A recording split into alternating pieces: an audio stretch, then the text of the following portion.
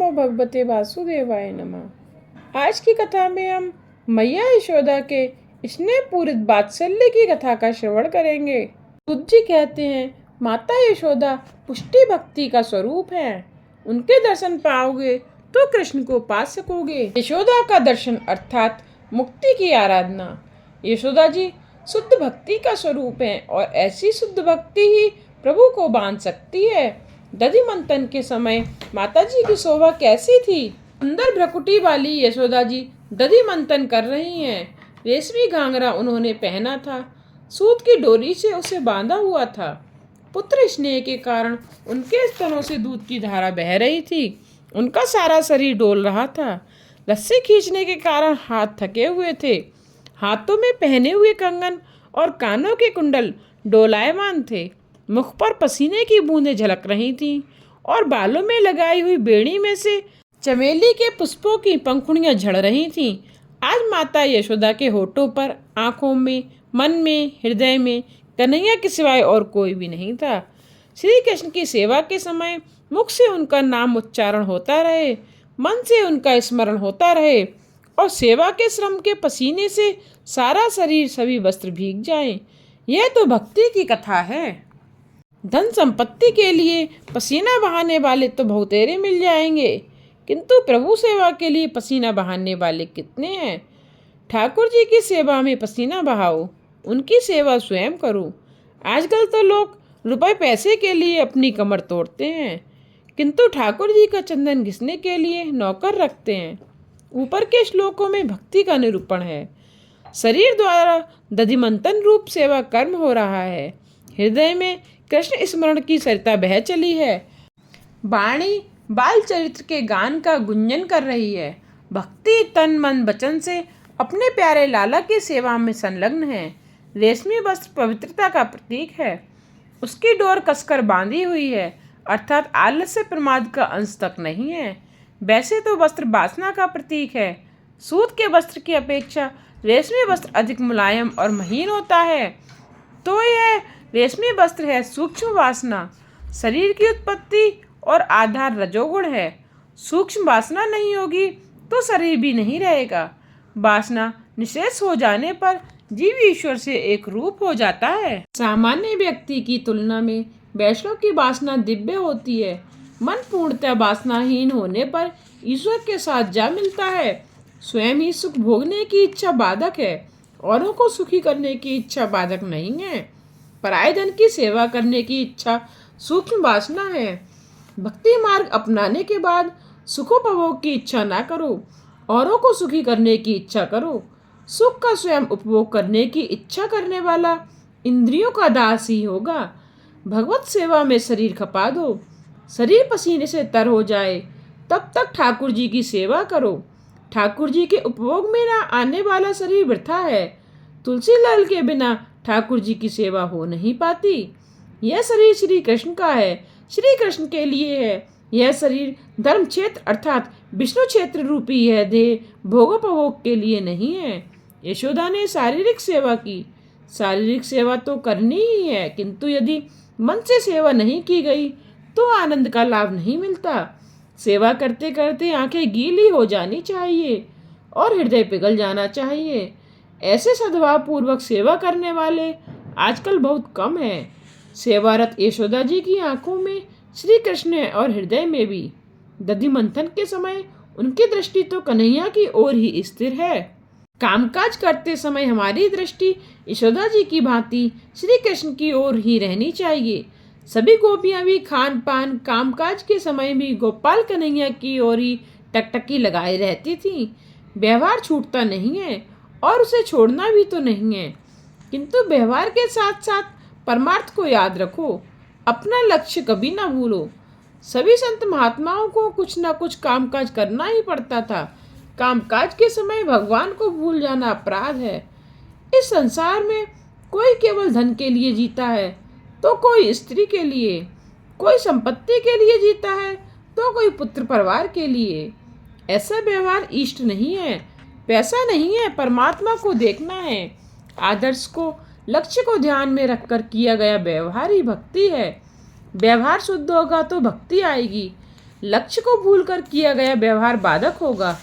लक्ष्य को भूल जाओगे तो लक्ष्य और राशि के फेर में फंस जाओगे। व्यवहार निभाते समय दृष्टि भगवान की ओर स्थिर रखोगे तो वह व्यवहार ही भक्ति बन जाएगा। यशोदा है पुष्टि भक्ति, पीला वस्त्र वैष्णवी भक्ति का प्रतीक है। संसार है गागर, मंथन करके प्रेम रूप नवनीत पाना है। परमात्मा की मांग है प्रेम। घर का कारोबार करते समय यशोदा जी की भांति मुख से प्रभु नाम और दृष्टि में प्रभु का स्वरूप होना चाहिए। पुष्टि भक्ति में भक्ति और व्यवहार भिन्न नहीं है। भक्त का प्रत्येक व्यवहार भक्तिमय होना चाहिए। जो कुछ काम करो भगवान की आज्ञा समझकर करो। कामकाज करते करते हर 5-10 मिनट के बाद भगवान को निहारते रहना। जब तक व्यवहार पूर्णतः शुद्ध नहीं होगा तब तक भक्ति भली भांति नहीं हो पाएगी। व्यवहार में छल कपट असत्य नहीं होने चाहिए। यशोदा की दृष्टि हमेशा श्री कृष्ण की ओर लगी रहती है। भगवान का स्मरण करते करते माता का हृदय द्रवित हो गया। वक्ष स्थल का वस्त्र भीग गया है। 12वें अध्याय में कहा गया है कि भगवान के कुंडल में साख्य योग है, वह यशोदा का नहीं भक्ति का श्रृंगार है। साख्य योग की सहायता के बिना भक्ति नहीं की जा सकती। महाप्रभु जी ने कहा है यशोदा के कुंडल साख्य योग हैं। साख्य योग की सहायता से भक्ति स्थिर होती है। दुख का प्रसंग आने पर मनुष्य भक्ति करने लगता है किंतु उसमें स्थिरता नहीं आ पाती। सो साख्य योग के बिना भक्ति अपूर्ण है। योग शास्त्र मन को एकाग्र बनाता है। योग मन को एकाग्र बनाने के लिए उपयोगी है। साख्य शास्त्र का अभ्यास किए बिना चेतन आत्मा जड़ शरीर से पृथक नहीं हो पाता। साख्य शास्त्र मन को शुद्ध करता है। इन दोनों की आवश्यकता है। यदि भक्ति करनी ही है तो आत्मा को शरीर से पृथक कर लो और मन को एकाग्र करो। शारीरिक आनंद अपना नहीं है। बार बार सोचो कि चेतन और आत्मा और जड़ शरीर दोनों एक नहीं भिन्न हैं। रोज तो मंगल गीत गाने पर लाला जागता था। आज इच्छा थी कि माखन तैयार होने पर उसे जगाया जाए। बुद्धि को ईश्वर से दूर ना होने दो। बुद्धि यशोदा विषयों की ओर बढ़ेगी तो वहां फंस जाएगी। इसलिए तो कन्हैया माता को दूर नहीं जाने देता। बुद्धि यदि ईश्वर से दूर होकर विषयों की ओर चली जाएगी तो विपत्ति में फंसेगी। ईश्वर यह नहीं चाहते, सो वे यशोदा को कोई और काम करने ही नहीं देते थे। आज यशोदा दधि मंथन में तन्मय हुई थी। उनकी वाणी में, मन में, हृदय में श्री कृष्ण है। यह यशोदा की नहीं भक्ति की कथा है। यशोदा के तन मन वचन एक हो गए थे। वे मनसा वाचा कर्मणा ईश्वर की सेवा कर रही थी। अतः कृष्ण स्वयं जग गए। रोज तो श्री कृष्ण को जगाने के लिए मंगल गान करना पड़ता था। आज उन्हें जगाने का उपचार करना नहीं पड़ा। अनन्य भक्ति कन्हैया को जगाती है। श्री कृष्ण आज अपने आप ही जग गए। कन्हैया को जगाना है। यशोदा के हृदय में बसा हुआ कन्हैया जागा, किंतु हमारे हृदय का कन्हैया तो अभी सोया हुआ है। इसे जगाना है। ईश्वर को जगाना है। वैसे तो श्री कृष्ण सर्वव्यापी ब्रह्मा है, सभी के हृदय में उसका वास है, किंतु सुसुप्तावस्था में है। उनका जगाना है। यशोदा जैसी भक्ति करोगे तो सुसुप्त कन्हैया अवश्य जागेगा। श्री कृष्ण अर्थात आनंद। हृदय में आनंद तो है ही, उसे जगाना है। जीव संसार के जड़ पदार्थों में आनंद की खोज करता रहता है, सो वह मिल नहीं पाता। ईश्वर के साथ जीव को तन्मय करना है। ईश्वर को किसी भी वस्तु की आवश्यकता नहीं है। अंदर सोए हुए भगवान को जगाना है। भगवान जागे नहीं कि आनंद ही आनंद हो जाएगा। सच्चे वैष्णव के शरीर का पसीना बहता है तब ठाकुर जी जागते हैं। वैष्णव दुखी होता है तो लाला चैन से सो नहीं सकेगा। शुद्ध प्रेम को परिश्रम सता नहीं सकता। यदि यशोदा की भांति सेवा करोगे तो तुम्हारी भक्ति को देखकर तुम्हारे हृदय में सोया हुआ कन्हैया अवश्य जागेगा। यशोदा जी की निष्काम भक्ति को देखकर भगवान सकाम बने। भक्ति उमड़ने लगती है तो भगवान सकाम स्नेह काम बनते हैं। उपनिषद भगवान को निष्काम बनाती है।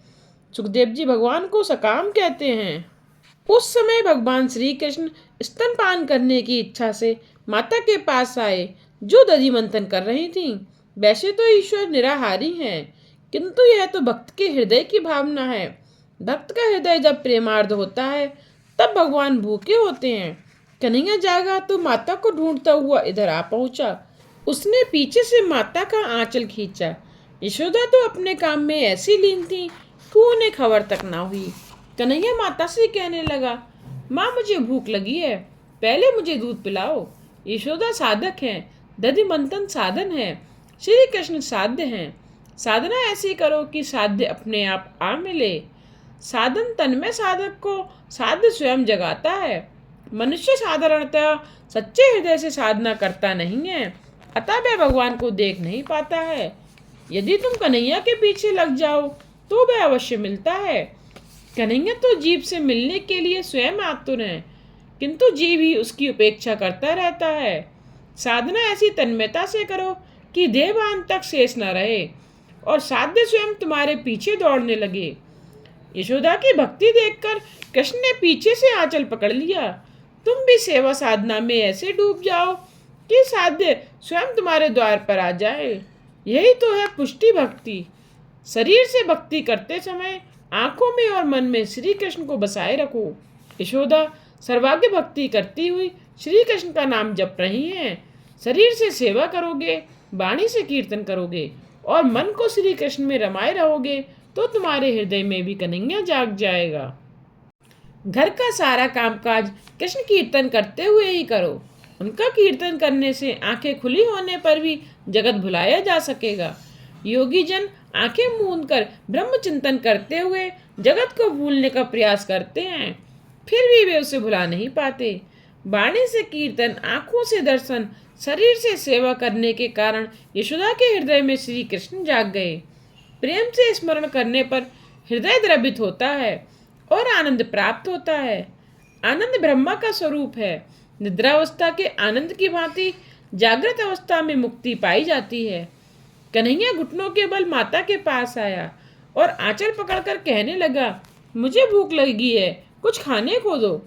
अब यशोदा काम को अधूरा छोड़ना नहीं चाहती। यह जीव बड़ा दुष्ट है, फिर भी भगवान उसे धन संपत्ति प्रतिष्ठा आदि देते हैं। जीव अधम है, फिर भी भगवान आशा रखते हैं कि वह कभी तो सुधरेगा। भूखा कन्हैया रोने लगा। माता ने काम छोड़ दिया और अपने पुत्र को गोद में बिठलाकर दूध पिलाने लगी। दूध की धारा बह चली। भक्ति में हृदय द्रवित हो जाए तो आनंद अवश्य मिलता है और यह आनंद ही तो ईश्वर है। क्या सुखदेव जी स्तनपान की कथा कह रहे थे? श्रीधर स्वामी कहते हैं कि यह कथा बालक को दूध पिलाने जैसी सामान्य कथा नहीं है, यह तो ब्रह्म संबंध की कथा है। यशोदा जीव और कन्हैया परमात्मा, माता पुत्र का मिलन कैसा है वह और कौन जान सकता है। यशोदा बालक को दूध पिला रही हैं, इतनी बात नहीं है, यह तो ब्रह्म संबंध स्थापित हुआ है। यह तो अद्वैत की कथा है। माता यशोदा बाल कृष्ण को गोद में लेकर परमात्मा के साथ एक हो गई हैं। यह तो जीव और ब्रह्मा का मिलन है। ऐसे मिलन के समय बाहर के संसार को मन में घुसने न देना। ब्रह्म मिलन के समय, ईश्वर मिलन के समय सांसारिक विषयों से दूर ही रहना। यशोदा का ब्रह्म संबंध हुआ तब अलौकिक आनंद की वृष्टि हो रही थी। स्तनपान करते करते कन्हैया ने सोचा, आज जरा माता की कसौटी भी करूं कि उसे मैं अधिक प्यारा हूं या संसार, उसे मुझसे ज्यादा लगाव है या सांसारिक व्यवहार से। परमात्मा कसौटी किए बिना किसी भी जीव को अपना नहीं बनाते। क्षुद्र मनुष्य 2-4 पैसों के लिए भी पाप करता रहता है। छोटे छोटे पाप मिलकर महापाप होता है। पाप ना करना ही सबसे बड़ा पुण्य है। कसौटी में से पार उतरने पर परमात्मा कृपा भी करते हैं। वे सभी जीव को कसौटी करने के बाद ही अपनाते हैं। वे चाहते हैं कि जीव उनसे सबसे अधिक प्रेम करे। ईश्वर की माला पहन लेने के बाद यदि दूसरों से प्रेम करने लगें तो ईश्वर अप्रसन्न हो जाते हैं। ईश्वर चाहते हैं कि जीव एकमात्र उन्हीं से प्रेम करे। प्रेम करने योग्य तो ईश्वर ही है, क्योंकि जगत के पदार्थों का प्रेम कभी न कभी रुलाता ही है। कन्हैया ने माता की परीक्षा लेने की सोची। मैं अग्नि को हवा दूंगा, वह प्रज्वलित होगी तो चूल्हे पर रखा दूध उफनकर चूल्हे में बहने लगा। अब यदि माता मुझे छोड़कर दूध को बचाने दौड़ेंगी तो मैं मान लूंगा कि उसे मैं नहीं, सांसारिक संपत्ति ही अधिक प्यारी है। कई लोग सोचते हैं कि अरे, संसार व्यवहार के सभी काम अच्छी तरह से पूरे होने पर भक्ति करेंगे। अरे, संसार का व्यवहार ना तो कभी अच्छी तरह से समाप्त हुआ है और ना कभी होगा। महापुरुषों ने कहा है, इस जगत में हर तरह से सुखी ना तो कोई हुआ है और ना कोई होगा, और यदि सुखी होगा तो वह अपना गौरव गंवा देगा। संसार में कठिनाइयां तो आती ही रहेंगी, किंतु एक भी क्षण परमात्मा का स्मरण न छोड़ने की प्रतिज्ञा करनी होगी। ऐसा करने पर ही पाप से पुण्य बढ़ जाएगा। जब मनुष्य का जन्म मिलता है तो पाप और पुण्य दोनों झेलने पड़ते हैं। दुखद प्रसंग आने पर मन को समझाया जाए कि पाप घट रहा है। कन्हैया की आज्ञा से अग्नि प्रज्वलित हुई और दूध उफनता हुआ बाहर बहने लगा। इन साधु लोगों को और कोई काम तो है नहीं। दिवस में स्वाद रहित अन्न एक बार खाकर सारा दिन राधे कृष्ण का चिंतन करते रहते हैं। इस दूध के उफनने के प्रसंग के वे कुछ कारण इस प्रकार बताते हैं। वह दूध ऋषि रूपा गाय का था। ऋषि तप और साधना करते करते थक गए, फिर भी उनके मन में बसे हुए काम का नाश नहीं हो पाया। उस बुद्धिवासी काम का नाश करने के लिए ऋषि गायों का रूप लेकर गोकुल में आ बसे थे। दूध कन्हैया के उदर में जाना चाहता था। यदि श्री कृष्ण मेरा आहार करेंगे तो मेरा कल्याण होगा। जड़ पदार्थ भी भगवान की इच्छा रखते हैं। कामी के उपयोग में आने पर भोग विलास से पदार्थ का विनाश होता है। तुम स्वयं यदि कृष्ण के उदर में हृदय में बस जाओगे तो उनको तुम अपने हृदय में बसा पाओगे, तभी तुम्हें शांति मिलेगी। योगी जन परमात्मा के स्वरूप में मिल जाते हैं। वैष्णव श्री कृष्ण को अपने स्वरूप में उतार देते हैं। दोनों मार्ग एक ही हैं। यदि यशोदा जी कृष्ण को बहुत स्तनपान कराएंगी तो उसे भूख नहीं रहेगी और वे मेरा आहार नहीं करेंगे। यदि भगवान की सेवा मैं नहीं कर पाऊंगा तो मेरा अस्तित्व व्यर्थ ही रहेगा। अतः मुझे तो अग्नि में कूदकर अपने आप को समाप्त कर देना है। जीना है उसका भला जो इंसान के लिए जिए, मरना है उसका भला जो अपने लिए जिए। अपने लिए जीना कोई जीना नहीं है। ऐसे तो कौवा भी अच्छा है जो अपने कुटुंब के लिए ही जीता है, अपने भाइयों को भी बुलाता है, पर नहीं, परोपकार के लिए जीना ही जीना है। स्वयं सुखोपभोग करने की वासना भक्ति के लिए बाधक है, औरों को सुखी करने की भावना भक्ति साधक है। समय का नाश सर्वस्व का नाश है। दूध ने मान लिया कि कन्हैया मुझे नहीं पिएगा, सो वह अग्नि में कूदने लगा। दूसरा वृतांत है, दूध चाहता था और मानता था कि यशोदा थोड़ा सा अपना दूध पिलाएंगी और भूख बाकी रह जाएगी तो कृष्ण उसे पिएगा, किंतु लाला तो माता का दूध ही पिए जा रहा है। दूध ने सोचा कि लाला मुझे नहीं पिएगा तो वह मुझे भी पी ऐसी विनती करता हुआ बर्तन से बाहर दौड़ पड़ा।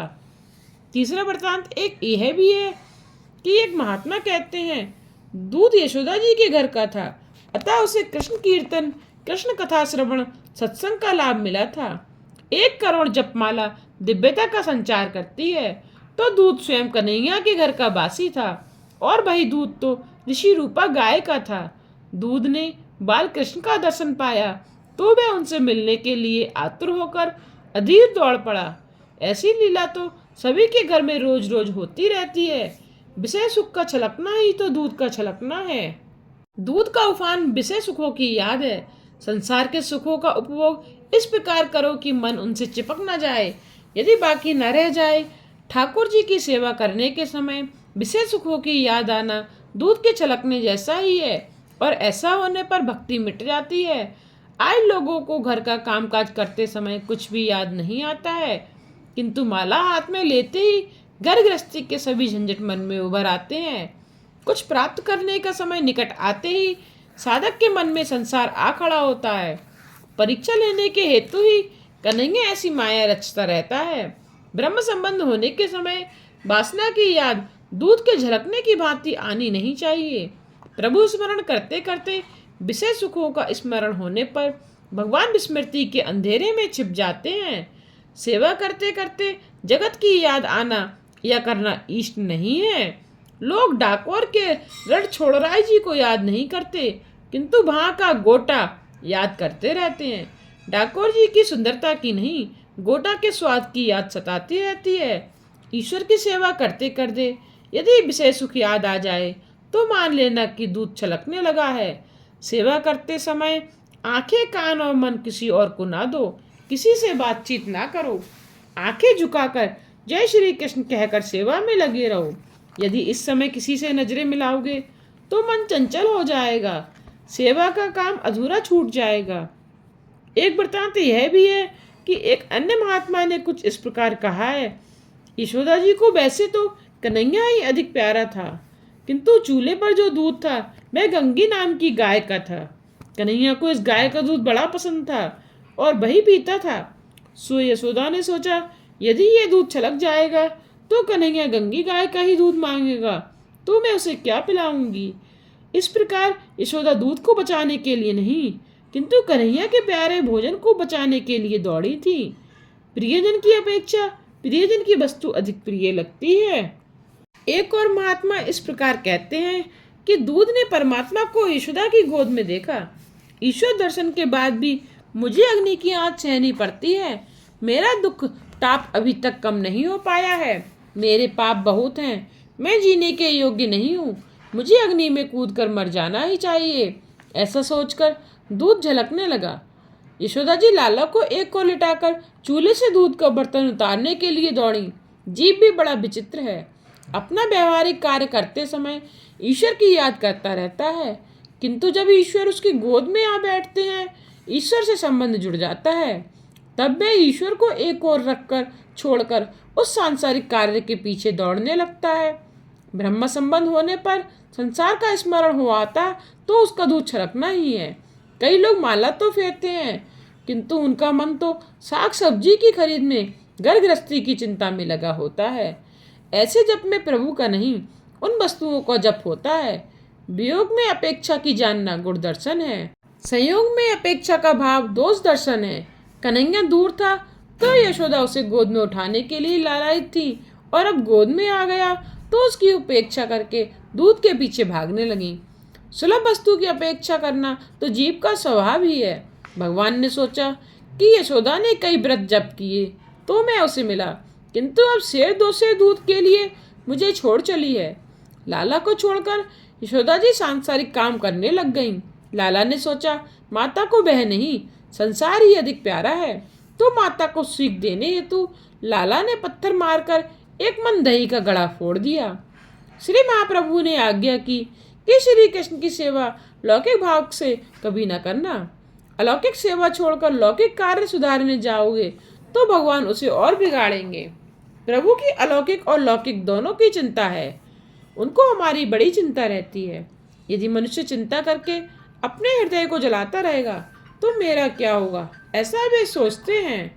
मैं समर्थ हूँ और मेरा स्वामी तो सर्वसमर्थ सर्वशक्तिमान है। ऐसा मानकर निश्चिंत होकर भगवान का स्मरण मनन चिंतन करते रहो। भगवत स्मरण सेवा करते समय घर में यदि कुछ नुकसान हो तो होने दो। तन ठाकुर जी के पास हो और मन रसोई घर में, तो वह सेवा सेवा कैसे कही जाएगी। भगवत सेवा को अधूरी छोड़कर लौकिक काम सुधारने जाओगे तो वह और भी बिगड़ेगा। इसीलिए तो श्री कृष्ण ने दही का घड़ा फोड़ दिया। श्री कृष्ण ने विषय शक्ति रूपी घड़ा फोड़ दिया। यशोदा की विषय शक्ति नष्ट करने के हेतु दही का बर्तन फोड़ा था। संसार शक्ति के नाश के बाद बिना भगवत प्रेम उत्पन्न नहीं होता। हरि पर विश्वास रखना, ईश्वर पर सेवा, श्री कृष्ण भक्ति करनी चाहिए। श्री कृष्ण भक्ति प्रभु सेवा करने वाले की लाज प्रभु हमेशा रखते हैं।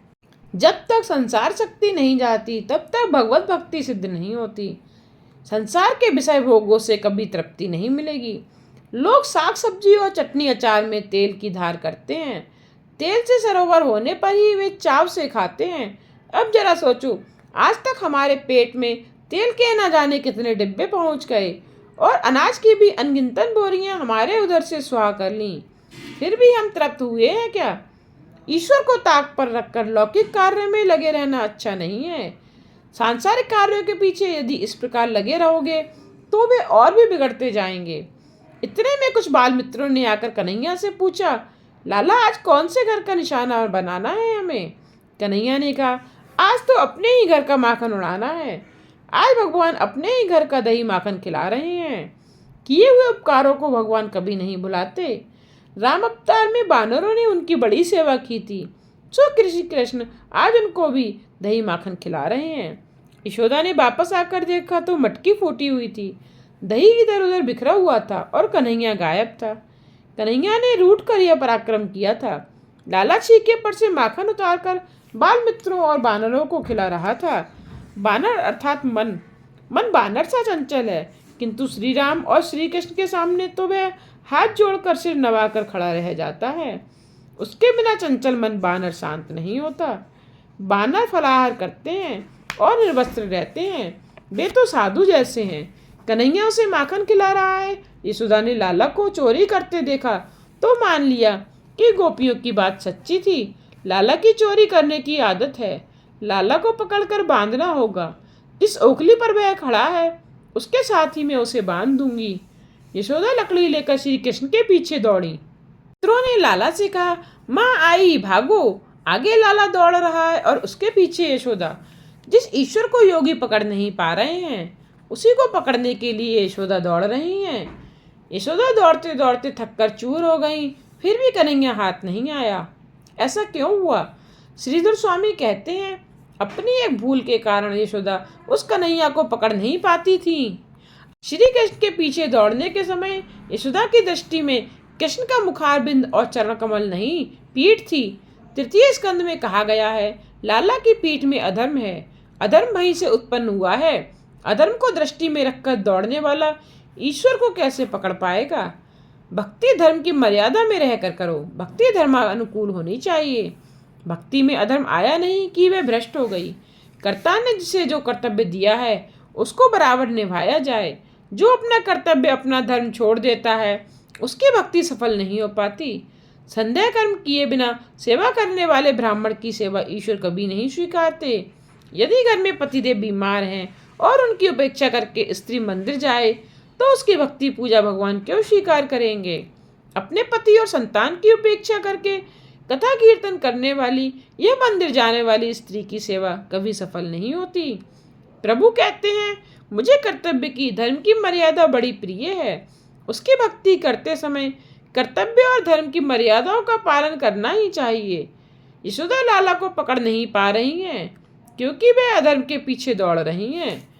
एक महात्मा दूसरा ही कारण बताते हैं। यशोदा के हाथ में लकड़ी थी, लकड़ी लिए पकड़ने वह दौड़ी।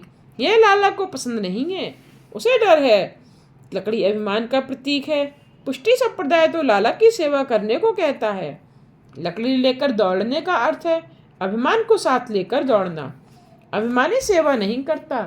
कृष्ण कहते हैं, अपना अभिमान छोड़कर ही मेरे पास आना।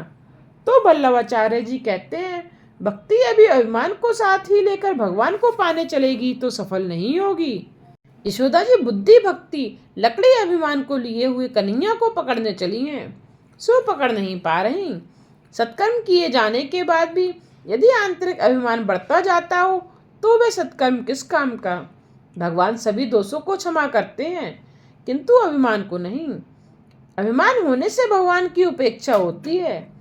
अभिमान करने जैसा जब कुछ है ही नहीं तो फिर हम अभिमान करें ही क्यों? राजा को रंक बनते, रंक को राजा बनते, लाख को खाक होते हुए देर नहीं लगती। अभी तो बहुत सा वैभव है और कुछ ही क्षणों में अच्युतम केशवम भी हो जाता है। फिर भी हम अभिमान क्यों करते हैं? यशोदा दौड़ते दौड़ते थक गई, फिर भी कन्हैया हाथ नहीं लगा। अब लकड़ी भी बोझ सी लगने लगी। उन्होंने लकड़ी फेंक दी। कन्हैया भी तो यही चाहता था कि माता लकड़ी अर्थात अभिमान छोड़ दें। माता ने लकड़ी फेंक दी तो कन्हैया न केवल रुक गया अपितु वापस आने लगा। यशोदा ने श्री कृष्ण का मुख देखा, मुख दर्शन हुआ और लाला पकड़ा गया। लाला के मुख में धर्म निहित है। आज की कथा को यहीं विश्राम देते हुए कल की कथा में हम जानेंगे कि किस प्रकार कृष्ण जी को मूसल से बांधा गया था और इसके साथ ही हम यमलार्जुन की उद्धार की कथा का भी श्रवण करेंगे। आगे की कथा जानने के लिए चैनल को सब्सक्राइब करना ना भूलिएगा, जिससे आने वाले वीडियोज़ के नोटिफिकेशन आप तक पहुंचते रहें।